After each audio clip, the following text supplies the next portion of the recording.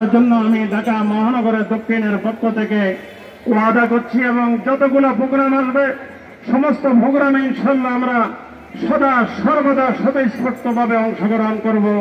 আল্লাহ তাআলা আমাদেরকে সেভাবে চলার তৌফিক দান করেন।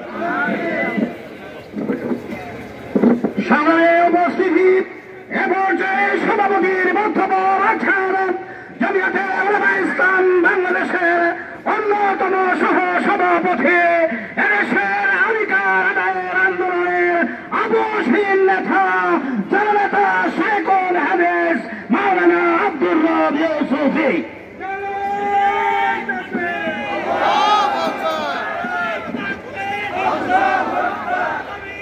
আসসালামু আলাইকুম ওয়া রাহমাতুল্লাহ।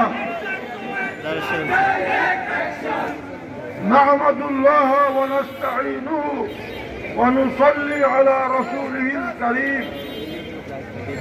উপস্থিত সংগঠনের সংগ্রামী মহাসচিব, তিনি দলের নীতি নির্ধারণী বক্তব্য রেখেছেন। উপস্থিত দলের কেন্দ্রীয় সহ সভাপতি মাওলানা আব্দুল কুদ্দুস কাসেমী, ঢাকা মহানগর উত্তর সভাপতি মাওলানা মকবুল হোসেন কাসেমী সহ অন্যান্য কেন্দ্রীয় নেতৃবৃন্দ, মহানগর নেতৃবৃন্দ, সমবেত আমার উপস্থিত জনমণ্ডলী, আপনারা বক্তব্য শুনেছেন। মহাসচিব সাহেব উনি ওনার মূল নীতি নির্ধারণী বক্তব্য দিয়েছেন। আমি বলতে চাই, ইসরায়েলের প্রতি আমার কোনো ক্ষোভ নাই, আমেরিকার প্রতি আমার কোনো ক্ষোভ নাই, কারণ ওরা সন্ত্রাসী, ওরা জঙ্গি, ওরা মানবতা বিরোধী হিসাবে ইতিমধ্যেই আখ্যায়িত হয়ে গেছে। আল্লাহ কোরআনে বলছেন লা তুফসিদু ফিল আরদ, আল্লাহ বলে তোমরা সন্ত্রাস করো না। তারা বলে না, আমরা তো সন্ত্রাসী না, ইন্নামা নাহনু মুসলিহুন। আল্লাহর ঘোষণাকে তারা চ্যালেঞ্জ করে এসেছে 15 বছর পূর্বে, 1500 বছর পূর্বে। আল্লাহ বলেছেন ওয়াবাউ বিগাযাবিন মিনাল্লাহ, এরা আল্লাহর গজব, আল্লাহর লানতকে সঙ্গে নিয়েই ঘুরে ফিরে বেড়াবে।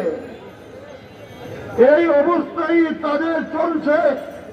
আর আমাদের জাতিসংঘ হচ্ছে আমেরিকার, মার্কিন সরকারের একটা হাতিয়ার, তার সিদ্ধান্ত বাস্তবায়নের হাতিয়ার।